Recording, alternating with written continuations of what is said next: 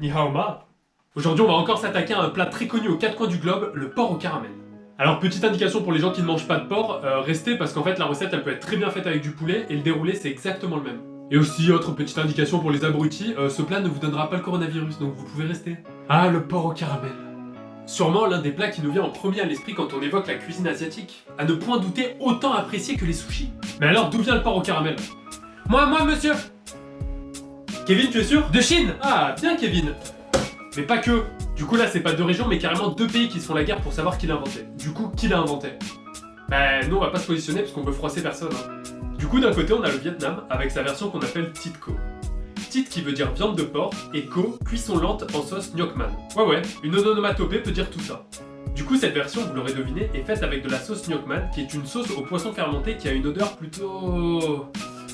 pas au goût de tout le monde pour rester poli. Et de l'autre côté, on a la version chinoise qui se prononce Hong Shao Ru, qui veut dire poitrine de porc rouge braisée, dû à sa façon de cuire traditionnelle et la coloration que donne le caramel.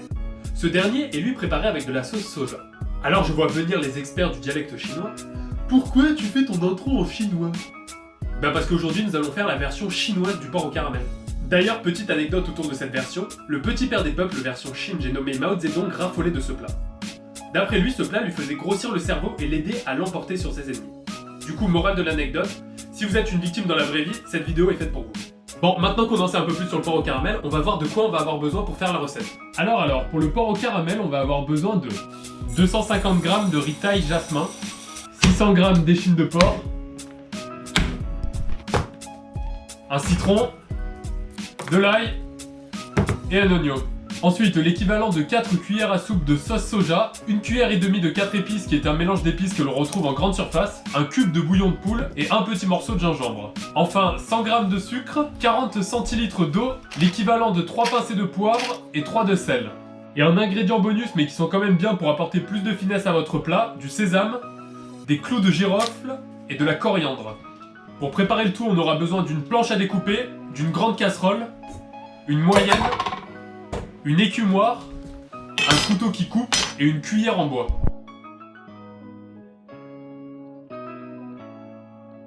Maintenant qu'on a rassemblé tout ce qu'on avait besoin, on va se laver les mains et se mettre en tenue de cuisine. Après s'être changé et s'être lavé les mains parce qu'on n'est pas des gros crasseux, on va passer à la première étape de la recette qui est la découpe des ingrédients. Donc on va commencer par les échines de porc. Donc les échines de porc, pour détendre la viande, on fait bien claquer.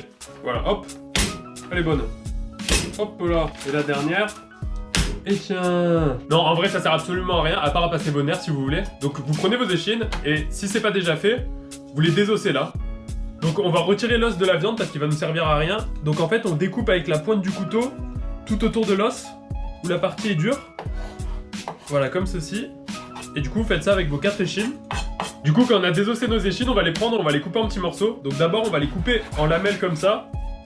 Et après, on va faire des petits morceaux, voilà, à peu près de cette taille.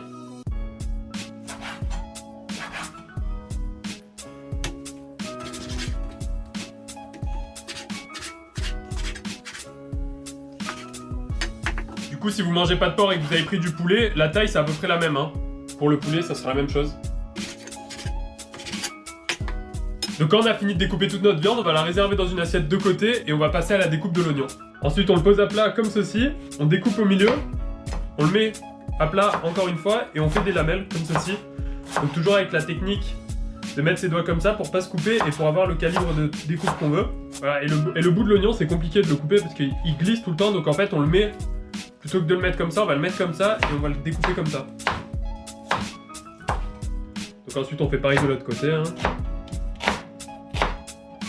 Donc après avoir terminé votre oignon, vous le réservez de côté et on passe à l'ail. Donc l'ail c'est pareil. Hein. Hop. On coupe la tête, le cul, on épluche la partie qui ne nous intéresse pas. Pareil avec l'autre. Et ensuite vous prenez votre ail, pas besoin là de l'ouvrir en deux et on fait des petites tranches comme ça. Quand vous avez fini de tailler l'ail, réservez-le avec l'oignon puisqu'on va les lancer en même temps en cuisson et on passe au dernier élément qui est le gingembre. Ensuite après on passe à la découpe du gingembre. Donc en fait le gingembre on va l'éplucher au couteau en enlevant toutes les parties qui sont marron, qui sont les racines et qui ne nous intéressent pas. Donc voilà, moi je me fais chier à le faire au couteau mais vous pouvez très bien le faire à l'économe, hein, c'est pas un souci. Et après en fait on va le découper en julienne. Donc déjà on dégage ce qui nous intéresse pas. Donc la julienne en fait, on va couper des tranches super fines. On va essayer de faire le plus fin possible. Et après nos tranches, on va les mettre à plat et on va faire des petits bâtonnets.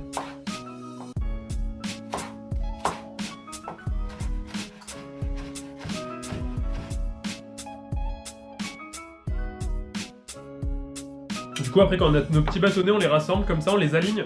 Et en fait on va les saisir comme ça avec nos mains. Et on va faire des petits carrés, tout petits, tout fins. Et voilà, c'est ça la découpe de julienne. Donc la julienne en fait soit c'est en bâtonnet, soit c'est en petits carrés comme ça. Voilà, donc on a terminé l'étape 1 qui était la découpe de tous les ingrédients. Et maintenant on va passer à l'étape 2 qui est la cuisson de la viande. Commencez par mettre votre grande casserole à feu vif et ajoutez-y un fond d'huile d'olive. Laissez votre huile chauffer à peu près 1 minute et mettez vos oignons et vos échalotes à cuire. Remuez bien et laissez cuire environ 2 minutes 30, le temps de colorer les oignons. Au bout de ce temps, ajoutez votre viande et remuez. Assaisonnez le tout avec vos pincées de sel et poivre, une demi-cuillère de mélange 4 épices, et remuez pour répandre les assaisonnements de façon équilibrée. Au bout de 3 minutes 30 de cuisson, c'est-à-dire quand la viande est colorée, réservez-la dans une assiette et nettoyez la grande casserole. Ensuite, mettez votre casserole moyenne à chauffer à feu vif. Mettez-y les 40 centilitres d'eau, le cube de bouillon, la cuillère à soupe de 4 épices restantes, l'équivalent de 4 cuillères à soupe de sauce soja, le gingembre, pressez le citron, et si vous avez, mettez 3 clous de girofle. Écrasez le cube de bouillon, mélangez le tout et laissez porter à ébullition.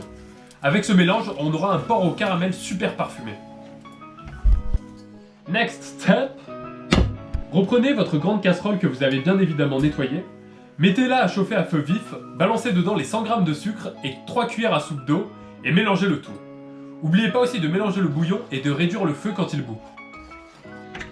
Alors ne paniquez surtout pas si vous voyez ce mélange blanchâtre qui donne l'impression de prendre vie, c'est le début du caramel.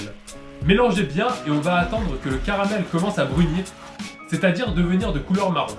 Quand c'est le cas, plongez dedans la moitié du bouillon. Alors là, faites très attention, le choc de température peut provoquer des éclaboussures et va faire que le caramel va se solidifier. Donc pensez bien à mélanger et à même décrocher le caramel du fond de la casserole. Quand vous sentez que le mélange devient bien homogène, rajoutez-y la deuxième moitié et laissez le tout chauffer 1 minute. Pendant cette minute, rincez votre casserole moyenne et mettez au moins 1 litre d'eau dedans qu'on va faire chauffer et bouillir pour notre riz. Ajoutez votre viande au mélange caramel-bouillon et remuez bien. Laissez le tout mijoter au moins 15 minutes. En fait, là, on va attendre que l'eau présente s'évapore et laisse place au caramel. Pensez à bien faire cuire à feu vif pour que l'eau s'évapore vite, car sinon votre viande sera trop cuite et se détachera. Pensez aussi à saler et couvrir l'eau pour le riz. N'oubliez pas de goûter pour voir si ça manque d'assaisonnement, mais bon, a priori, si vous avez respecté les quantités, on est bon. Quand l'eau de votre riz bout, plongez votre riz dedans et remuez et suivez le temps de cuisson indiqué, mais bon, a priori, c'est au minimum 8 minutes. Au bout des 15 minutes de cuisson, coupez le feu de la grande casserole, mais ne la retirez pas pour qu'elle continue de mijoter. Goûtez le riz, s'il est cuit, retirez-le du feu, mettez-le à égoutter, mettez du beurre dedans, mélangez, et enfin on a fini. Du coup voilà, on a terminé toutes les étapes de la recette, donc on va passer à la dernière étape qui est tout simplement le dressage de l'assiette. Si vous voulez apporter une petite touche exotique à votre plat, vous pouvez prendre de la coriandre et du sésame qu'on déposera après dessus. Moi je vais dresser l'assiette dans une assiette creuse, donc en fait on va mettre le riz et la viande par-dessus. Mais si vous voulez faire dans une assiette plate, vous faites d'un côté le riz et d'un côté la viande. Du coup on dispose un peu de riz au fond de l'assiette. Et ensuite après on dispose notre viande par-dessus, donc je prends la louche pour pouvoir choper du jus.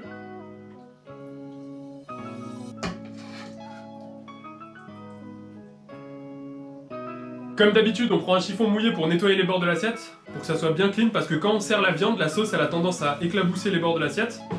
Ensuite, pour le côté esthétique, on dispose un peu de sésame sur la viande. Donc maintenant, on va disposer la coriandre. Donc la coriandre, avant vous la mouillez un peu pour qu'elle ressorte bien, et en fait, quand vous la mettez, la posez pas à plat, essayez de lui donner du volume en essayant de la mettre en pique en fait. Ça sera beaucoup plus joli dans l'assiette quand vous allez dresser, vous allez voir. Oh, je viens de m'envoyer le porc au caramel, il est incroyable. Bon voilà, on approche de la fin de la vidéo. J'espère que la recette elle vous aura plu et que vous allez la refaire chez vous, parce que au final c'est un peu le but. Si la vidéo vous a plu, n'hésitez pas à la liker, à commenter en dessous ce que vous en avez pensé et s'il y a des trucs que je peux améliorer ou quoi. Et n'hésitez pas à me suivre sur les différents réseaux sociaux que j'ai dédiés à la chaîne aussi. Voilà, je vous dis à bientôt pour une prochaine vidéo et surtout n'oubliez jamais, n'importe qui peut cuisiner.